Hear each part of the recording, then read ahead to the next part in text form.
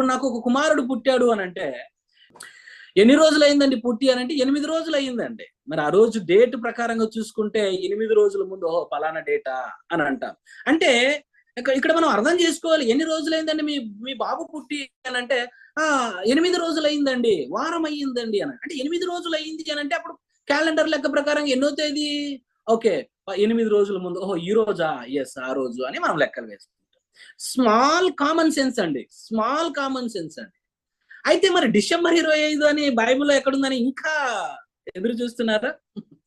ఇంకా ఎదురు చూస్తున్నారో చూడండి. ఇంకా ఎదురు చూస్తున్నారో చూడండి. ఇదే రెఫరెన్సే డిసెంబర్ 25వ తేదీ అని చెబుతున్నటువంటి reference. It's a wonderful reference. చూడండి ఒకసారి.